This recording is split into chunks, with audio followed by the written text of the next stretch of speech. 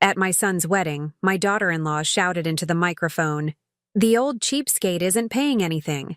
Leave a check for $80,000. Everyone laughed at me. I left in silence and made a call. 15 minutes later, the waiter played a video on the big screen. She fainted on the spot. I'm glad to have you here. Follow my story until the end and comment the city you're watching from so I can see how far my story has reached." I should have known it was coming. The signs were all there. The way Susan rolled her eyes whenever I spoke, how she'd whisper to my son Michael during family dinners, the subtle comments about my simple lifestyle. But nothing could have prepared me for what happened at their wedding reception. The Riverside Country Club was decorated beautifully, I'll give Susan that.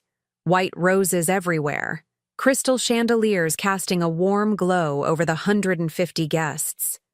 I sat at table 7, not with the immediate family as I'd expected, but squeezed between Michael's college roommate and some distant cousins I barely knew. Susan had made the seating arrangements, of course. I wore my best dress, navy blue with small pearls, the one I'd bought for my late husband's funeral 3 years ago. It wasn't designer like the other mothers of the groom I'd seen, but it was clean and appropriate. Or so I thought. The first few hours went smoothly enough. I smiled for photos, made small talk with strangers, and watched my only child dance with his new wife. Michael looked so happy, his face glowing with that newlywed bliss. I remembered feeling that way once, 35 years ago, when his father and I were just starting out. The trouble began during the toasts. Susan's father spoke first, going on about their family's traditions and values. Then Michael's best man told embarrassing stories from college. Finally, it was time for the parents to speak. Susan's mother went first, delivering a polished speech about love and commitment that felt rehearsed, but appropriate. Then the microphone was passed to me. I stood up slowly, my hands trembling slightly as I held the microphone.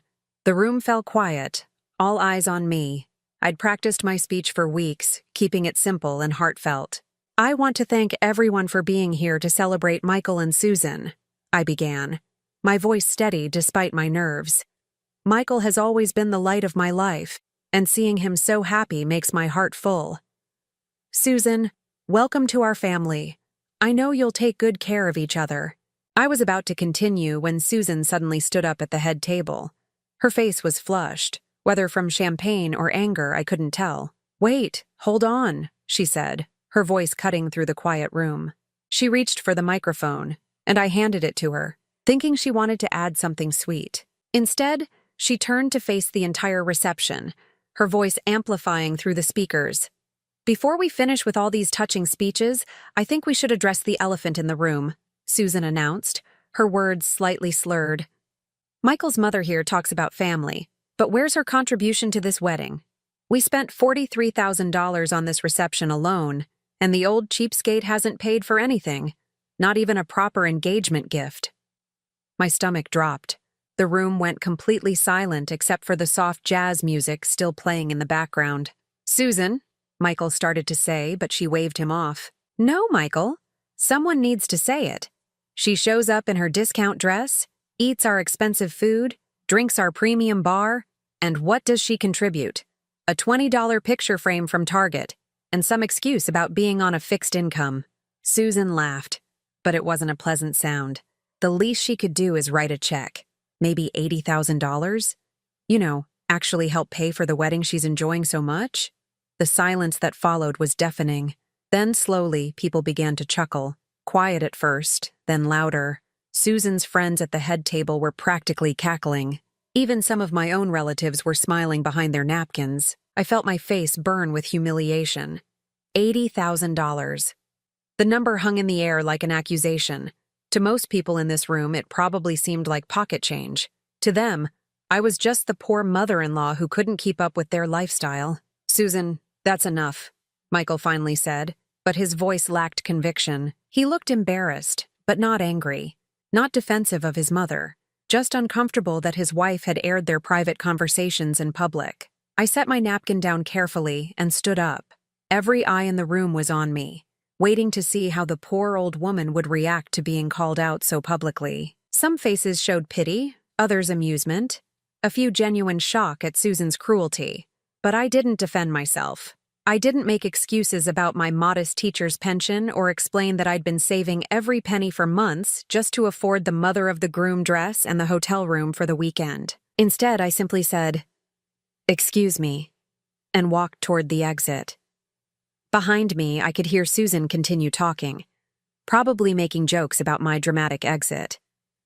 The laughter followed me across the marble floor of the country club lobby. By the time I reached the parking lot, my hands were shaking so badly I could barely find my car keys. I sat in my old Honda Civic for several minutes, listening to the muffled sounds of the party continuing without me. Through the windows, I could see the warm lights of the reception, the silhouettes of people dancing and celebrating. My son's wedding, and I was sitting alone in a parking lot because his wife had decided to humiliate me in front of everyone we knew. The worst part wasn't even the money comment. It was the laughter. The way people I'd known for years had joined in, as if my inability to throw money around made me less worthy of respect. But as I sat there in the darkness, feeling smaller than I had in decades, I remembered something Susan didn't know, something nobody in that room knew. I reached for my phone and scrolled through my contacts until I found the number I needed. The call connected on the second ring. "Robert, it's Janice. I think it's time." "Are you certain about this, Janice?" Robert's voice came through the phone, professional but concerned. He'd been my attorney for 15 years, handling my husband's estate and helping me navigate the legal maze after David's death. But this call was different. "I've never been more certain of anything in my life," I said, my voice steadier than I felt. Through the car window, I could see guests coming and going from the country club entrance, probably stepping outside for cigarettes or fresh air. None of them looked in my direction. Why would they? I was just the forgotten mother-in-law sitting alone in the parking lot. "All right then, I'll have the documentation ready within the hour. Are you sure you want it displayed this way? It's rather dramatic." I almost laughed. Dramatic. After what Susan had just done to me in front of 150 people, dramatic seemed like exactly what the situation called for. "Yes, Robert, exactly as we discussed. The full disclosure." I hung up and leaned back against the headrest, closing my eyes. The events of the past 6 months played through my mind like a movie I'd watched too many times. It started with Aunt Eleanor's funeral. She'd been my father's sister, a spinster who'd never married and had no children of her own. Eleanor had always been the black sheep of our family, too independent, too outspoken, too unwilling to conform to what women of her generation were supposed to be. She'd worked as a traveling nurse, then later as a real estate investor, buying up properties in what were then considered bad neighborhoods. Everyone thought she was eccentric at best, foolish at worst. When she died at 91, I was surprised to be named as her sole heir. We'd exchanged Christmas cards and occasional phone calls, but I hadn't seen her in person for almost 5 years. The reading of her will was a shock that still made my head spin. $2.7 million. All those worthless properties she'd bought in the 1970s and 80s, they were now in the heart of gentrified neighborhoods. Her modest investments had grown into a substantial portfolio. And she'd left it all to me, with one condition. I was to keep the inheritance secret for at least 6 months and observe how my family treated me during that time.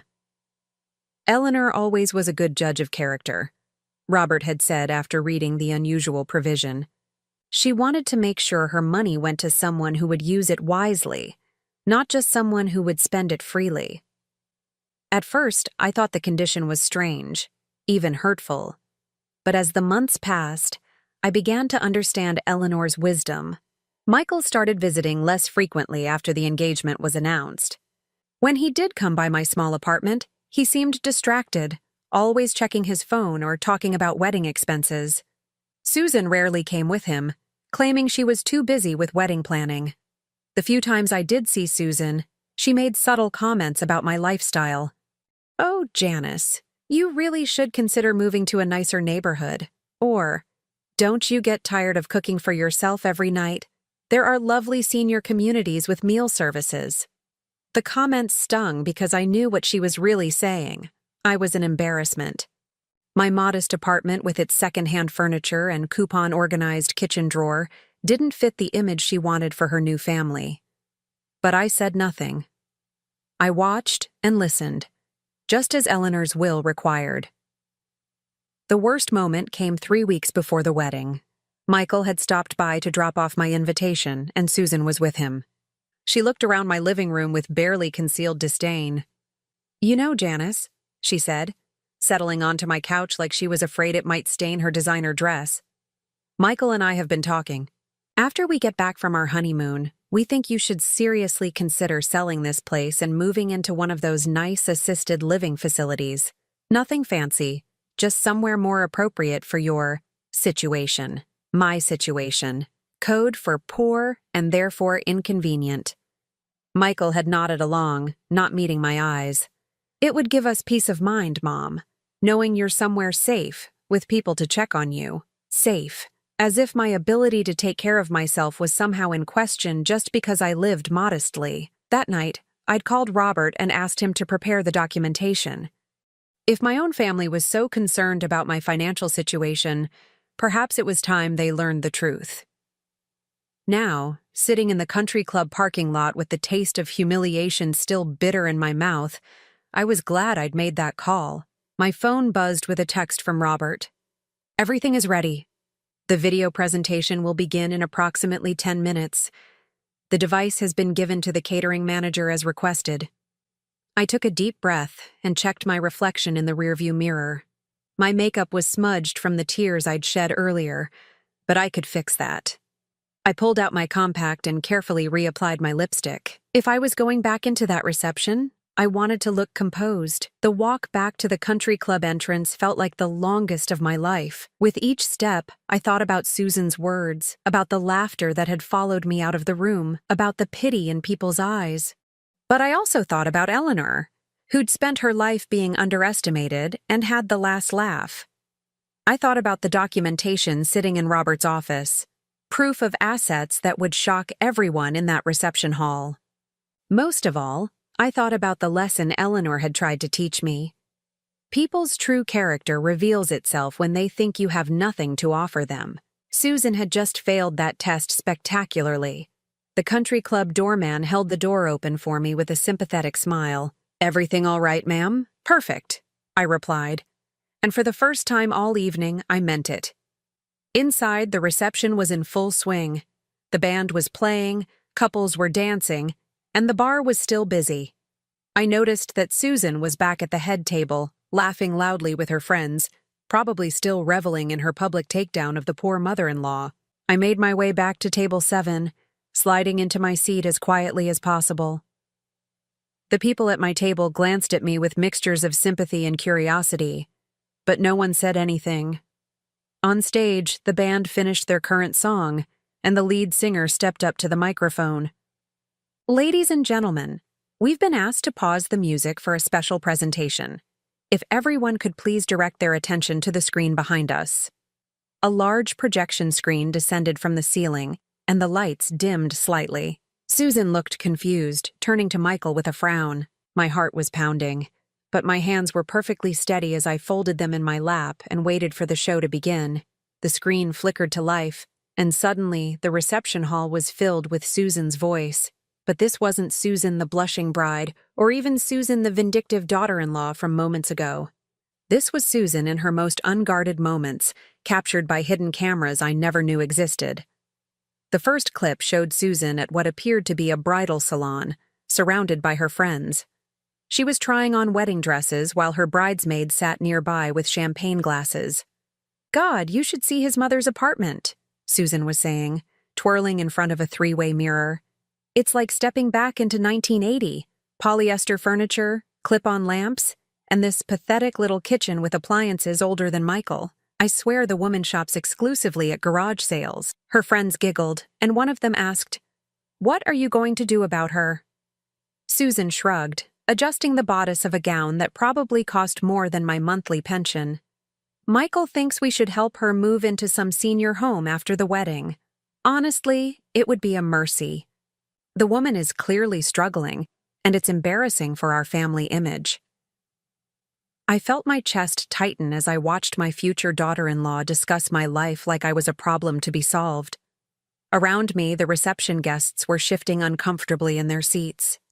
The easy laughter from earlier had died completely.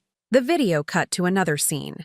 Susan at what looked like a country club lunch with her mother and sister. They were sitting on an outdoor terrace, mimosas in hand, while Susan showed them something on her phone. "Look at this," Susan said, holding up her screen. "This is what she gave us for our engagement. A $20 picture frame from Target. I'm not even kidding."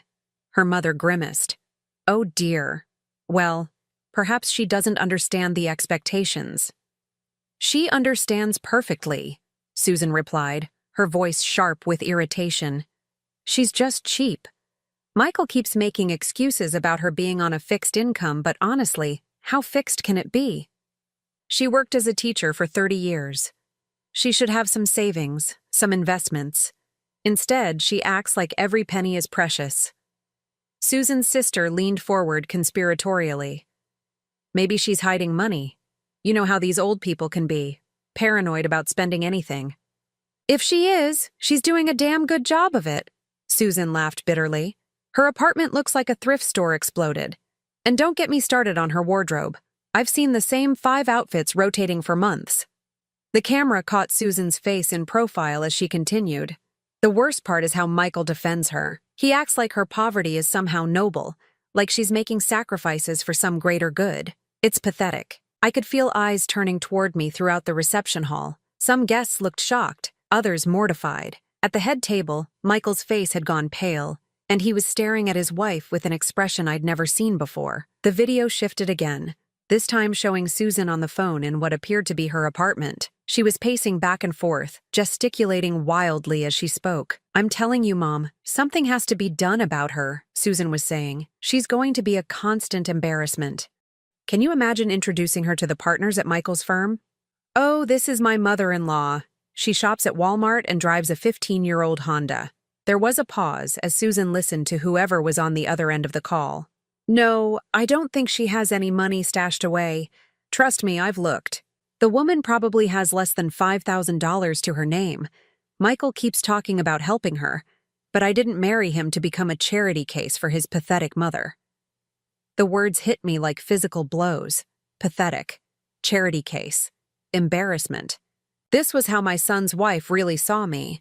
Not as a person deserving of respect, but as a burden to be managed or hidden away. The final clip was the most devastating. It showed Susan and Michael in their shared apartment, apparently having an argument.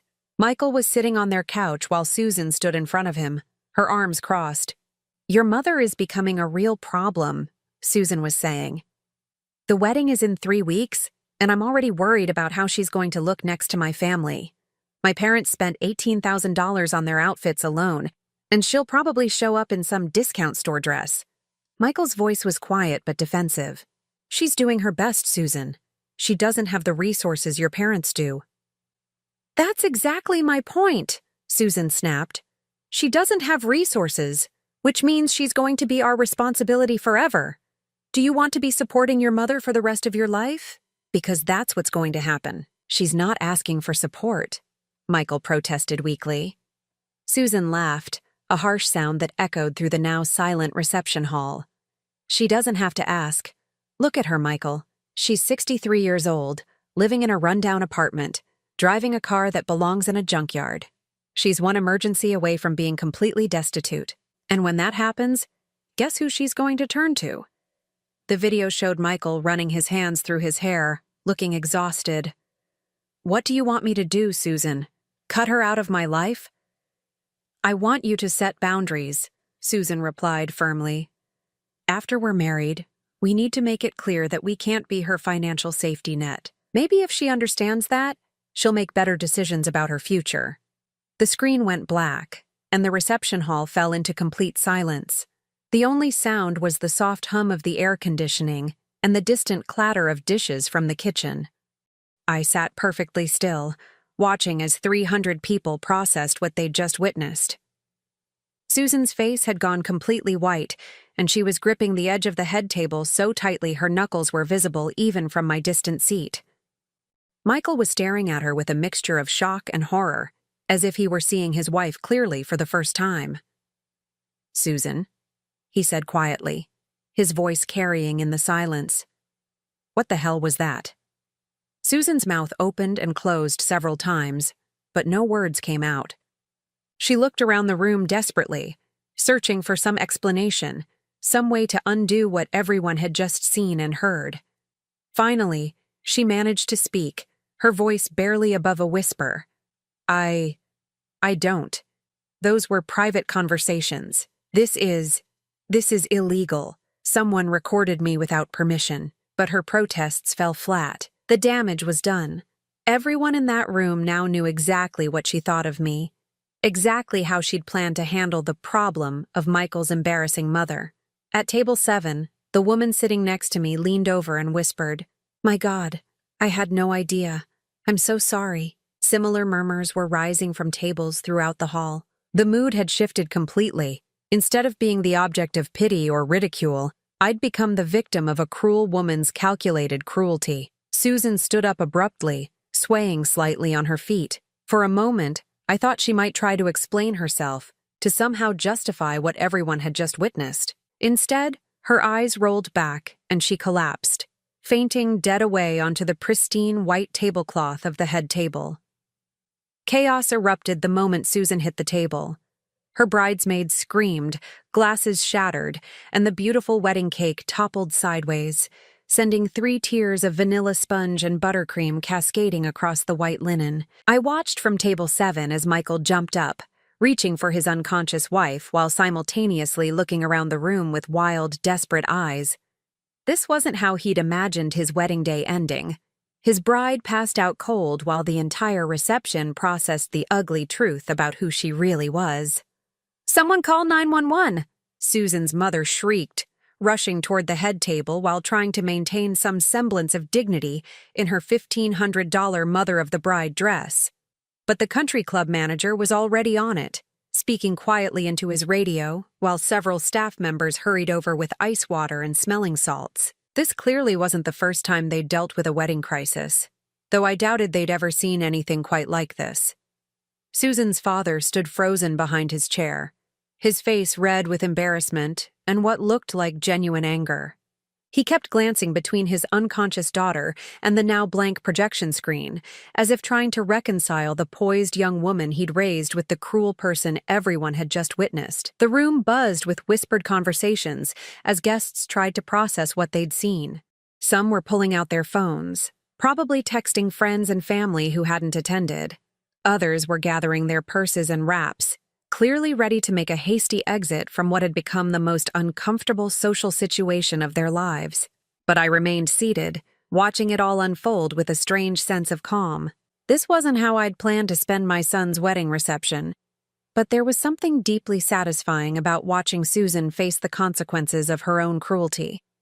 After what felt like hours, but was probably only minutes, Susan's eyelids fluttered open. She looked confused at first, blinking up at the circle of concerned faces hovering over her. Then awareness crept back in, and with it, the horrifying memory of what had just happened. "The video," she whispered, her voice hoarse. Who did this?" Michael helped her sit up, but his movements were mechanical, like he was going through the motions without really being present. "Susan, we need to talk about what I just saw. It wasn't supposed to happen like this," Susan said, her voice getting stronger but taking on a defensive edge. "Those were private conversations. Someone violated my privacy." "Your privacy?" Michael's voice was quiet, but I could hear the anger building underneath. "Susan, you called my mother pathetic. You said she was an embarrassment to our family." Susan struggled to her feet, aided by her bridesmaids, but she was clearly unsteady. Whether from the fainting episode or the alcohol she'd consumed earlier, I couldn't tell. "Michael, you have to understand," she began, reaching for his hands. He pulled away. "I was frustrated. Planning this wedding has been so stressful, and your mother. She just doesn't understand the kind of life we're trying to build." "The kind of life we're trying to build?" Michael repeated, his voice getting louder. "What kind of life requires humiliating my mother in public?" Around the room, conversations had mostly stopped as people strained to hear the drama unfolding at the head table. Some guests were openly staring now, no longer pretending to mind their own business. Susan looked around desperately, seeming to realize for the first time that her breakdown was being witnessed by everyone they knew. "Can we please discuss this privately?" "Like you discussed me privately?" I spoke for the first time since returning to the reception, my voice carrying clearly across the silent room. "In bridal shops and country clubs in your apartment?" Every head turned toward me. I stood up slowly, smoothing down my discount dress, the one Susan had mocked so cruelly just an hour earlier. "You wanted to know about my financial situation, Susan," I continued, walking toward the head table with measured steps. "You seemed very concerned about whether I could contribute to your expensive lifestyle." Susan's face went pale again. "Janice, I'm sorry. I was upset. I said things I didn't mean." "Oh, but you did mean them," I replied calmly. "That's what made those recordings so illuminating. They showed who you really are when you think no one important is listening." I reached into my small purse and pulled out a folded document. "Since you were so curious about my finances, I thought you might like to see my recent bank statements." Michael frowned. "Mom, you don't need to do this." "Actually, I think I do." I unfolded the papers and held them up so Susan could see the numbers clearly. "As of this morning, my checking account balance is $2.7 million. The silence that followed was so complete, I could hear someone's stomach growling at a table across the room. Susan's mouth fell open, and she stared at the documents like they were written in a foreign language. That's impossible," she stammered. "You live in that tiny apartment. You drive that old car." "Because I choose to," I said simply. "Because I learned a long time ago that how you spend your money says a lot about who you are as a person. And because I wanted to see what kind of people my son had chosen to surround himself with." Michael looked stunned. "Mom, where did this money come from?" "Your great-aunt Eleanor left it to me when she died 6 months ago," I explained, keeping my eyes on Susan's horrified face. "But her will had an interesting condition. I had to keep the inheritance secret for 6 months and observe how my family treated me during that time." Understanding dawned in Michael's eyes, followed quickly by shame. She was testing us. She was giving me information, I corrected. Information about who really cared about me as a person and who just saw me as a burden or an embarrassment. Susan had gone from pale to green, and I wondered if she might faint again. "You've been rich this whole time?" she whispered. "While we were. While you were calling me pathetic and planning to ship me off to a nursing home," I finished. "Yes, Susan. I was rich this whole time, rich enough to have paid for this entire wedding without blinking, rich enough to buy you a house or a car or whatever material thing you thought I was too poor to provide." The implications were sinking in for everyone in the room. Not only had Susan revealed herself to be cruel and heartless, but she'd done it while insulting someone who could have made all her financial dreams come true. Susan's father stepped forward, his face grim. "Susan Marie, what have you done?" But Susan wasn't listening to her father. She was staring at me with a mixture of horror and calculation, and I could practically see the wheels turning in her head as she tried to figure out how to fix this disaster. "Janice," she said, forcing her voice to sound sweet and conciliatory, "I think there's been a terrible misunderstanding. I never meant any of those things. I was just stressed about the wedding, and I said some things I shouldn't have." "Stop," Michael said quietly. But his voice cut through Susan's babbling like a knife. "Just stop talking." He turned to look at me, his face full of shame and regret. "Mom, I'm so sorry. I should have defended you. I should have shut this down the moment it started." "Yes," I said simply. "You should have." The weight of that agreement seemed to hit him like a physical blow. He sat down heavily in his chair, staring at his hands. Susan looked back and forth between us, panic setting in as she realized that her marriage might be over before the reception had even ended. The reception hall had become a theater, and everyone was waiting for the final act. I could feel the weight of 150 pairs of eyes on me as I stood there, still holding the bank statements that had just shattered Susan's world. "There's more," I said quietly, reaching back into my purse, since we're being honest about everything tonight. Susan's remaining color drained from her face. "More?" I pulled out another document, this one bearing the letterhead of Whitfield and Associates, one of the most prestigious law firms in the state. This is a copy of Aunt Eleanor's complete will, the part that explains exactly what she wanted me to do with her money. Michael looked up from his hands, curiosity overriding his shame for a moment. What do you mean? Eleanor was very specific about her intentions, I said, unfolding the legal document. She didn't just want to test how you treated me. She wanted to ensure that her money would be used to help family members who demonstrated genuine character and kindness. I cleared my throat and began to read directly from the will. Quote, "If my niece Janice observes that her family treats her with respect, love, and dignity during the 6-month observation period, she is to establish a family trust fund.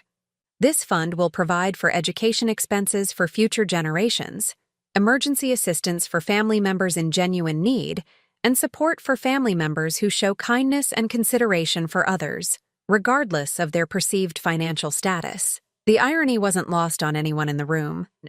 Susan had spent months plotting to distance herself from her poor mother-in-law, not knowing that treating me with basic decency could have secured her family's financial future for generations.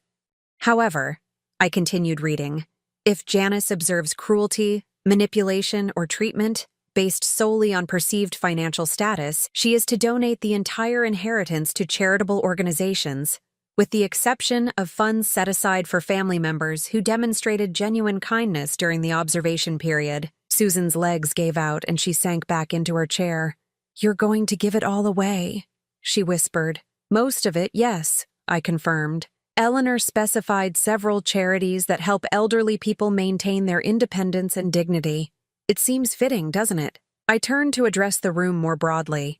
But there will be one family trust established. Not for Michael, unfortunately, since he allowed his wife to treat me so poorly without intervention, but for my future grandchildren, if and when they exist, provided they're raised with values that Eleanor would have approved of. Michael's head snapped up.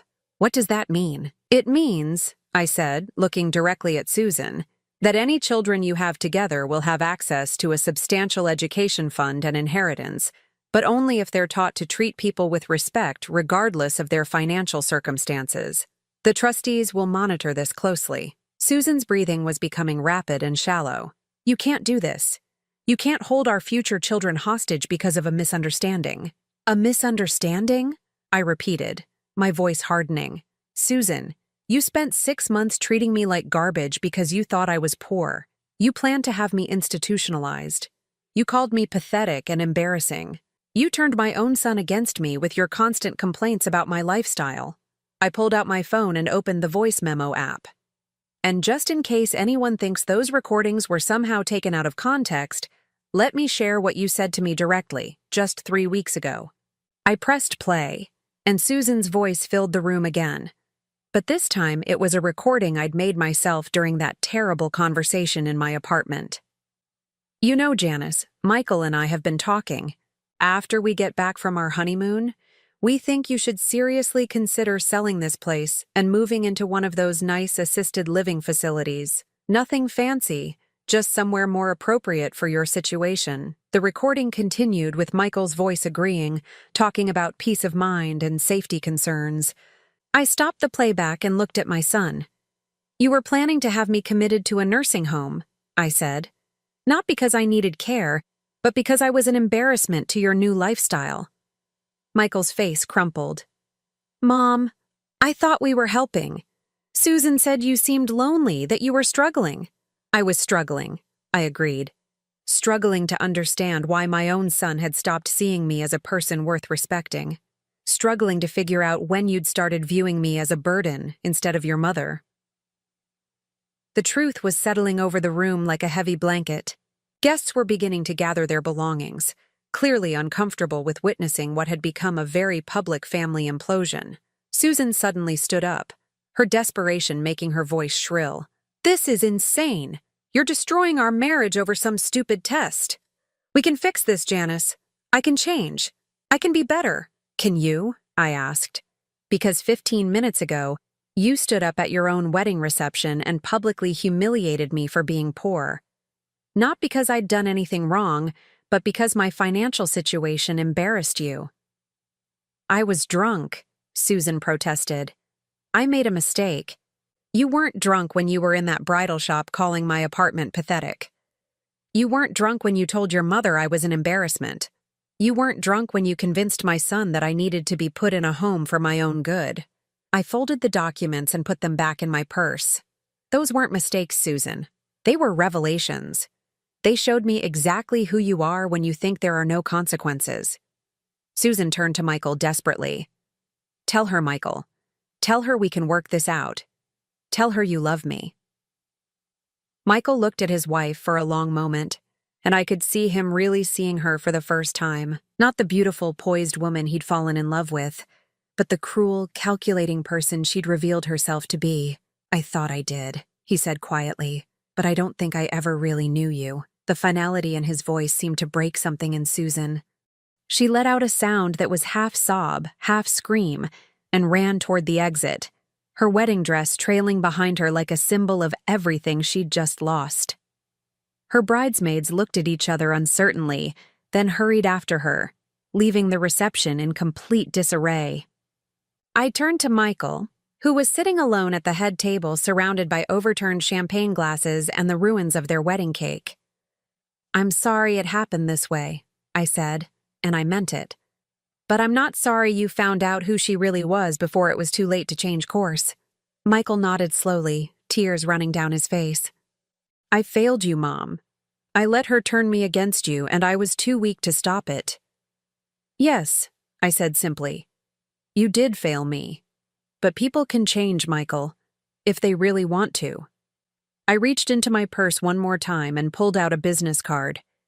"This is my new attorney's information. When you're ready to talk about your future and whether Susan will be part of it, call him. There are some decisions you'll need to make about how you want to move forward." I handed him the card and started to walk away, then paused. "The trust fund for your future children is real, Michael. But it comes with conditions that will require you to become the man I raised you to be, not the man Susan tried to turn you into." As I walked toward the exit, I could hear the murmur of conversations resuming behind me. People would talk about this wedding for years to come, but not for the reason Susan had hoped. 6 months later, I sat in my favorite chair in my small apartment, watching the morning sun filter through the same clip-on lamps that Susan had mocked so cruelly. The apartment looked exactly the same: polyester furniture, garage sale finds, and all the modest comforts that had somehow become symbols of shame in my former daughter-in-law's eyes. But everything had changed. The papers scattered across my coffee table told the story of the past half year. Divorce documents, signed and finalized just 2 weeks ago, charitable donation receipts totaling $2.2 million, and a thick folder from Whitfield and Associates detailing the establishment of the Eleanor Hartwell Children's Trust, funded with the remaining $500,000 of my inheritance. Michael had called me 3 days after the wedding, his voice hoarse from what I assumed had been days of crying and soul-searching. "Mom," he'd said, "Susan's gone. She left that night and never came back.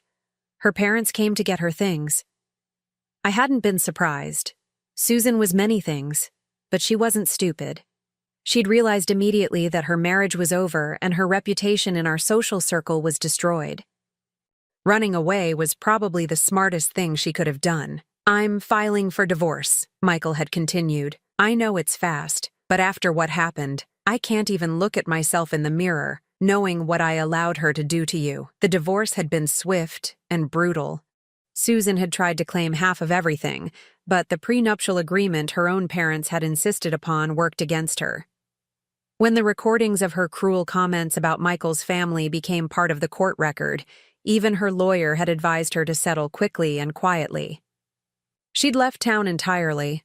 I'd heard through the gossip network that still connected our old social circle.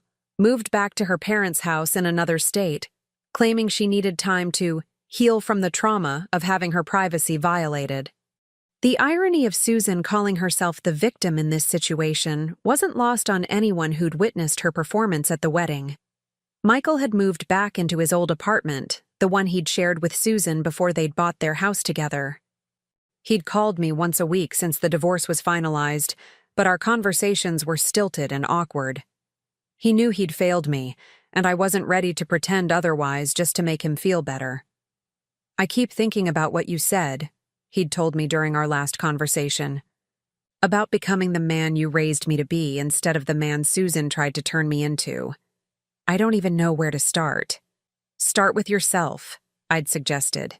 "Figure out who you are when you're not trying to impress someone or live up to someone else's expectations." It was good advice, though I knew it would take him years to fully understand what I meant. A knock at my door interrupted my thoughts.